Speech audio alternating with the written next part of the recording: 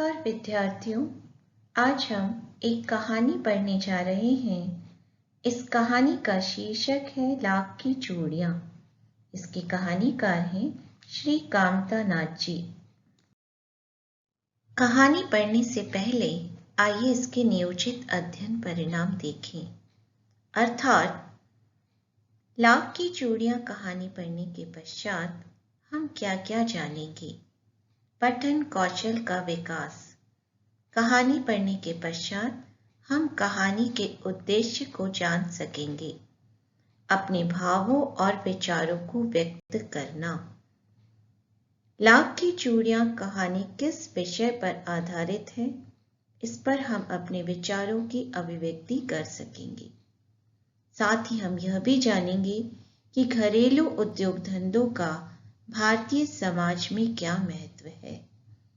ग्रामीण और शहरी संस्कृति में संतुलन की क्यों आवश्यकता है। कहानी का शीर्षक है लाख की चूड़ियां। क्या आप जानते हैं कि लाख किसे कहते हैं?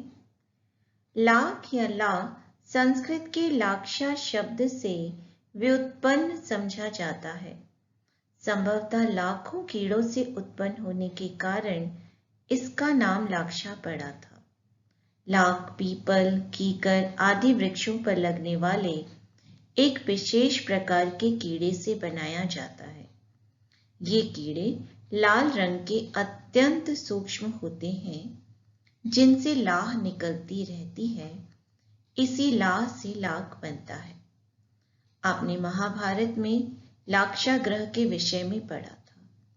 महाभारत में लाक्षागृह का उल्लेख है, जिसको कौरवों ने पांडवों के आवास के लिए बनवाया था। कौरवों का इरादा लाक्षागृह में आग लगाकर पांडवों को जलाकर मार डालने का था।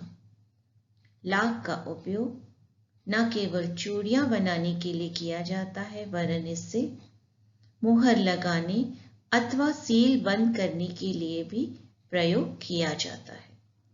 डाकघरों में इसका सबसे अधिक प्रयोग किया जाता है।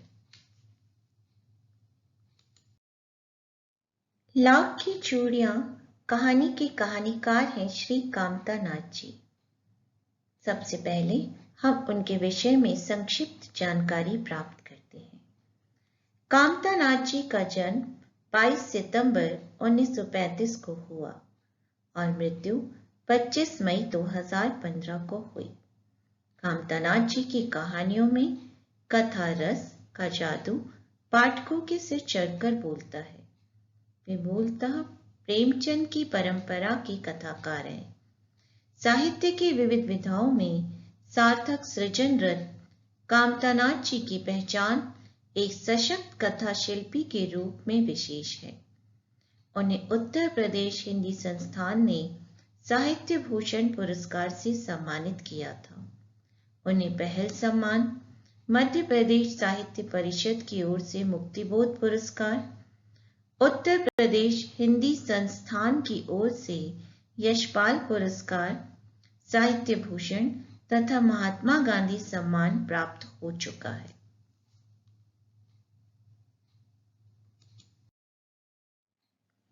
लाख की चूड़ियां नामक कहानी में भारतीय समाज में घरेलू उद्योगों के समापन की मार्मिक व्यथा को उजागर किया गया है।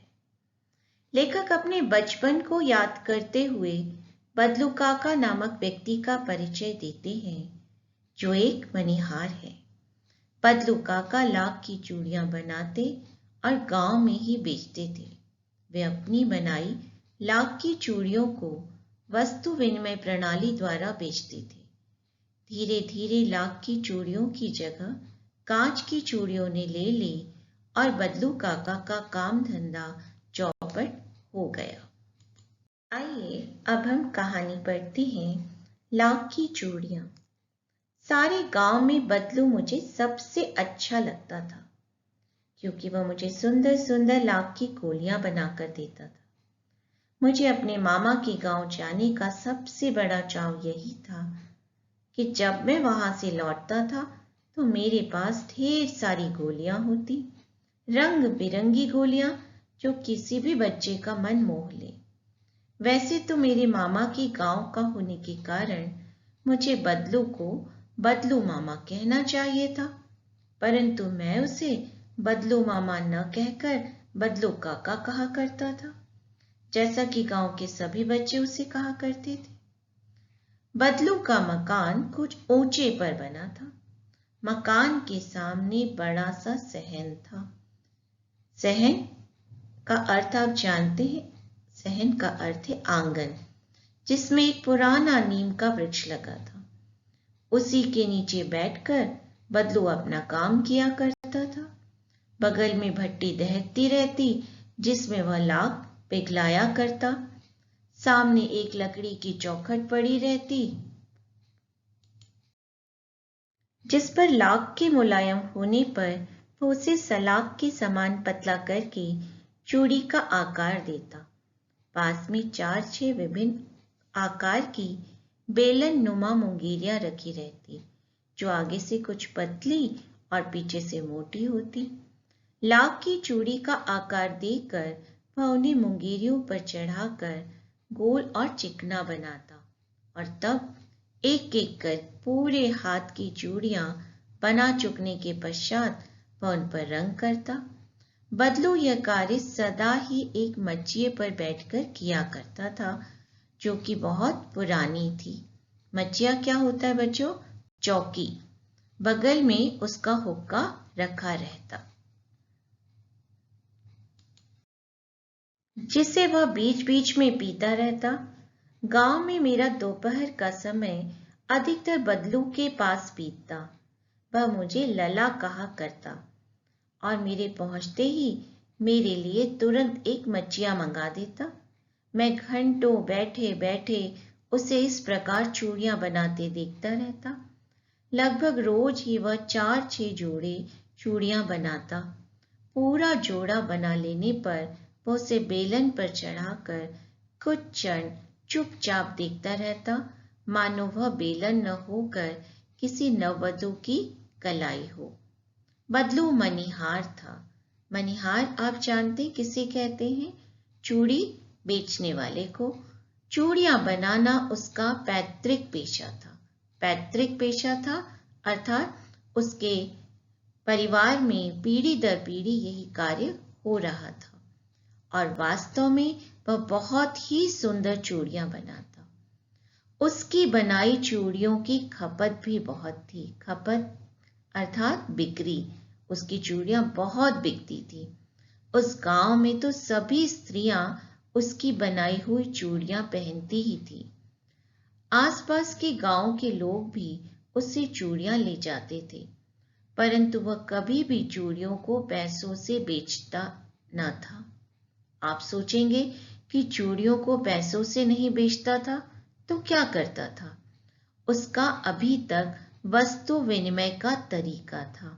वस्तु विनिमय क्या होता है बच्चों? कि अपना सामान देकर उसके बदले में जरूरत की कोई वस्तु ले लेना। लोग अनाज के बदले उससे चूड़ियां ले जाते थे। बदलू स्वभाव से बहुत सीधा था। मैंने कभी भी उसे किसी से झगड़ते नहीं देखा। हाँ, शादी विवाह के अवसर पर वह अवश्य जिद पकड़ जाता था। जीवन भर चाहे कोई उससे मुफ्त चूड़ियां ले जाए, वो कुछ नहीं कहता, परंतु विवाह के अवसर पर वह सारी कसर निकाल लेता था। आखिर सुहाग की जोड़ी का महत्व ही और होता है। मुझे याद है मेरी मामा के यहाँ किसी लड़की के विवाह पर जरा सी किसी बात पर बिगड़ गया था और फिर उसको मनाने में लोहे लग गए थे। लोहे लग गए थे अर्थात लोगों को बहुत परिश्रम करना पड़ा था, तब जाकर वह माना था।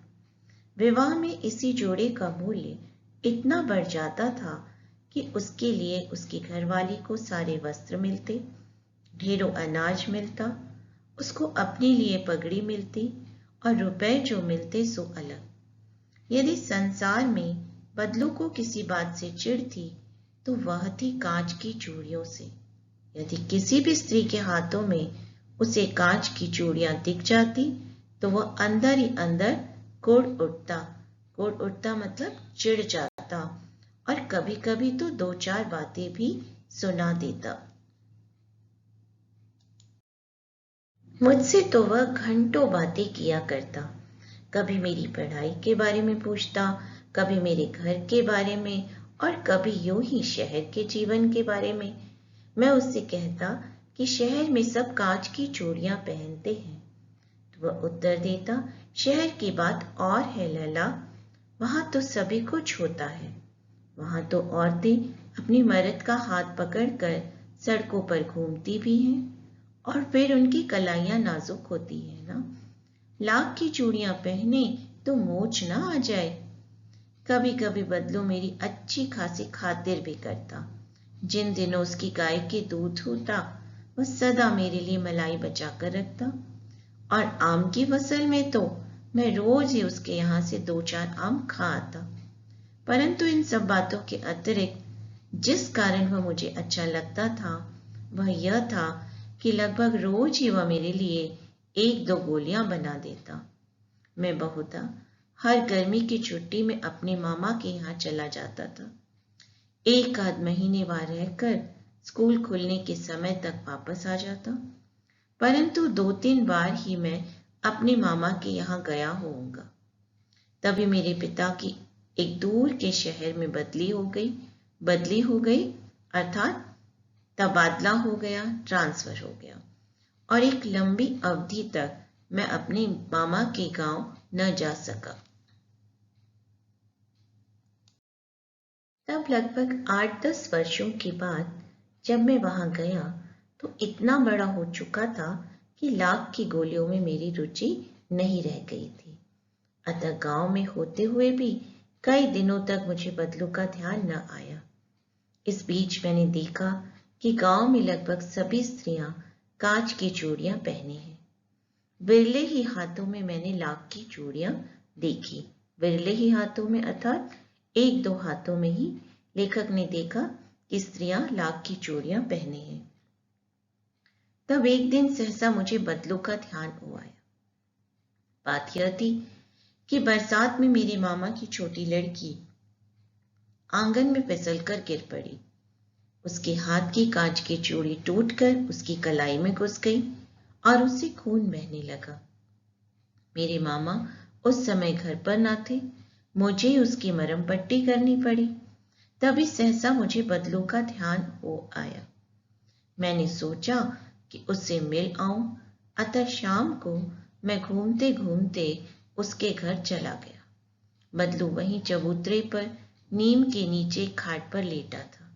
नमस्ते बदलू काका, मैंने कहा। नमस्ते भैया, उसने मेरी नमस्ते का उत्तर दिया और उठकर खाट पर बैठ गया। परंतु उसने मुझे पहचाना नहीं और देर तक मुझे निहारता रहा। मैं हूं जनार्दन काका, आपके पास से गोलियां बनवा कर ले जाता था। मैंने अपना परिचय दिया। बदलू फिर भी चुप रहा, मानो वह अपनी स्मृति पटल पर अतीत के चित्र उतार रहा हो, अर्थात याद करने की कोशिश कर रहा हो। तब वह एकदम बोल पड़ा, आओ आओ लैला, बैठो, बहुत दिन बाद गांव आए। हाँ, इधर आना नहीं हो सका काका, मैंने चारपाई पर बैठते हुए उत्तर दिया। कुछ देर फिर शांति रही। मैंने इधर उधर दृष्टि दौड़ाई। न तो मुझे उसकी मचिया ही नजर आई और न ही भट्टी। आजकल काम नहीं करते काका, मैंने पूछा। नहीं लाला, काम तो कई साल से बंद है। मेरी बनाई हुई चूड़ियां कोई पूछे तब तो। गांव गांव में कांच का प्रचार हो गया है। वह कुछ देर चुप रहा, फिर बोला, मशीन युग है ना यह लैला, आजकल सब काम मशीन से होता है। खेत भी मशीन से जोते जाते हैं, और फिर जो सुंदरता कांच की चूड़ियों में होती है, लाख में कहाँ संभव है। लेकिन कांच बड़ा खतरनाक होता है, बड़ी जल्दी टूट जाता है, मैंने कहा। नाजुक तो फिर होता ही है लला, कहते कहते उसे खांसी आ गई और वह देर तक खांसता रहा। मुझे लगा उसे दमा है। अवस्था के साथ साथ उसका शरीर ढल चुका है। उसके हाथों पर और माथे पर नसें उभर आई थीं। जाने कैसे उसने मेरी शंका भांप ली और बोला, दमा नहीं है मुझे, पसली खांसी है। पसली खांसी है अर्थात जो हमें सीजनल कफ हो जाता है उसे कहा गया है पसली खांसी है। यही महीने 2 महीने से आ रही है, 10-15 दिन में ठीक हो जाएगी। मैं चुप रहा। मुझे लगा उसके अंदर कोई बहुत बड़ी व्यथा छिपी है। व्यथा, दर्द। मैं देर तक सोचता रहा कि इस मशीन युग ने कितने हाथ काट दिए। इस मशीन युग ने कितने हाथ काट दिए अर्थात मशीन युग आ जाने से कितने लोगों का काम धंधा छिन गया। कुछ देर फिर शांति रही जो मुझे अच्छी नहीं लगी। आम की फसल अब कैसी है काका? कुछ देर पश्चात मैंने बात का विषय बदलते हुए पूछा। अच्छी है लला, बहुत अच्छी है, उसने लहक कर उत्तर दिया और अंदर अपनी बेटी को आवाज दी, अरे रज्जो, लला के लिए आम तो ले आ। और फिर मेरी ओर से मुखातिब होकर बोला, माफ करना लला, तुम्हें आम खिलाना भूल गया था। नहीं नहीं काका, आम तो इस साल बहुत खाए हैं। वाह वाह, बिना आम खिलाए कैसे जाने दूंगा। मैं चुप हो गया। मुझे वे दिन याद हुआ जब वह मेरे लिए मलाई बचाकर रखता था। गाय तो अच्छी है न काका? मैंने पूछा। गाय कहाँ है लला? 2 साल हुए बेच दी, कहाँ से खिलाता। इतने में रज्जू, उसकी बेटी, अंदर से एक डलिया में ढेर से आम ले आई। ये तो बहुत है काका, इतने कहाँ खा पाऊंगा, मैंने कहा। वाह वाह, वह हंस पड़ा। शहरी ठहरे ना, मैं तुम्हारी उम्र का था तो इसके चौगने आम एक वक्त में खा जाता था। आप लोगों की बात और है, मैंने उत्तर दिया। अच्छा बेटी, लला को 4-5 आम छाट कर दो, सिंदूरी वाले देना। देखो लला कैसे हैं, इसी साल यह पेड़ तैयार हुआ है। रज्जो ने 4-5 आम अंजुली में लेकर मेरी ओर बढ़ा दिए। आम लेने के लिए मैंने हाथ बढ़ाया तो मेरी निगाह एक क्षण के लिए उसके हाथों पर ठिठक गई।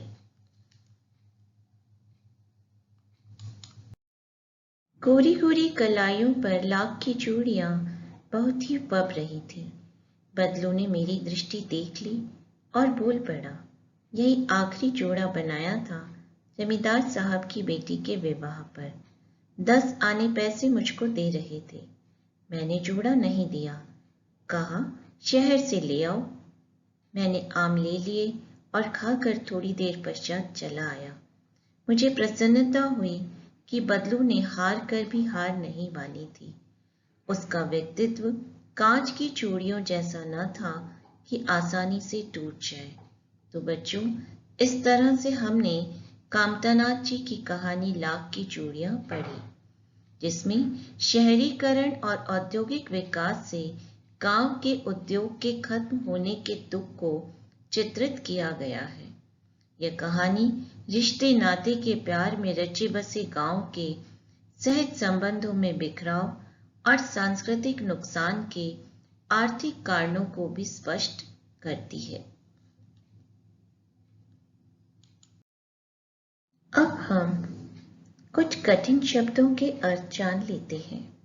चाव, चाह या रुचि, सलाख, धातु की छड़, पैतृक, पिता से प्राप्त या पुश्तैनी, मनिहार, चूड़ी वाला, खपत, माल की बिक्री, नाजुक, कोमल, कसर, कमी, पबना, शोभा देना।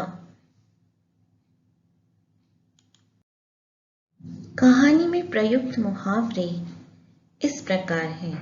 आप इनका अर्थ जानकर इनका अपने वाक्यों में प्रयोग करेंगे। मन मोह लेना, मन को अच्छा लगना, कसर निकालना, सारी कमी पूरी कर लेना, लोहा लगना, बड़ा मुश्किल होना, भाप लेना, अनुमान करना, हाथ काट देना, रोजगार छीन लेना।